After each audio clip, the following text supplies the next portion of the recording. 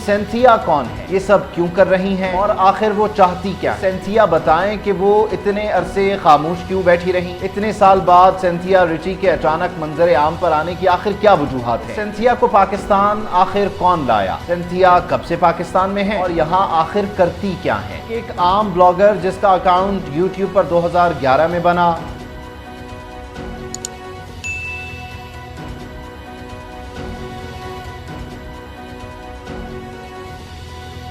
امریکی نژاد Pakistani blogger Cynthia رچی نے الزام لگایا ہے کہ سابق وزیر داخلہ رحمان ملک نے 2011 میں اسلام آباد میں ان کا ریپ کیا تھا۔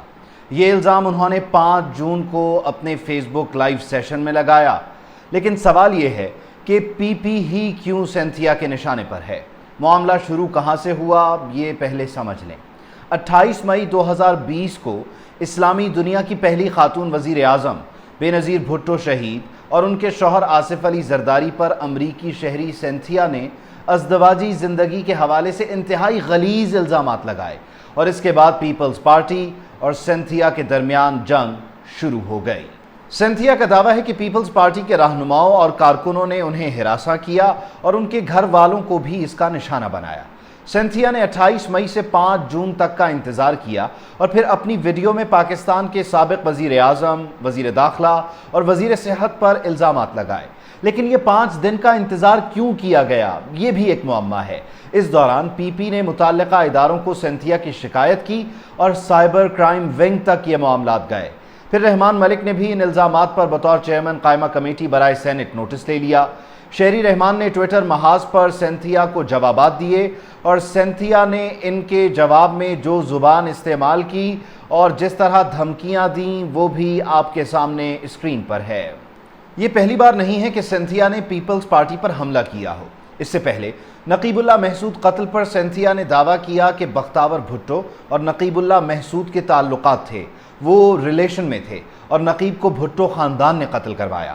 پھر مراد علی شاہ اور شازیہ عطا مری کی شادی بارے انہوں نے پروپیگنڈا کیا، لیکن بے نظیر پر لگائے گئے الزامات پر پیپلز پارٹی پھٹ پڑی اور انہیں جواب دیا۔ لیکن اس کے جواب میں سینتھیا اپنے ٹویٹس اور فیس بک پوسٹ میں لوگوں سے رائے مانگتی رہیں کہ وہ پیپلز پارٹی کے کس معاملے کی نشاندہی کریں۔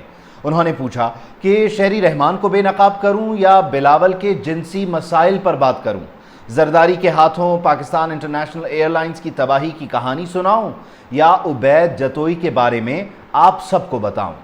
فیس بک لائیو سے پہلے سینتھیا نے الزام لگایا کہ پیپلز پارٹی کے لوگ انہیں دھمکا رہے ہیں کیونکہ وہ یہ جانتے ہیں کہ سالوں تک پی پی پی کے اعلیٰ عہدوں پر موجود مردوں کی جانب سے ان کا ریپ کیا گیا اور وہ نہیں چاہتے کہ دنیا کو اس کا علم ہو۔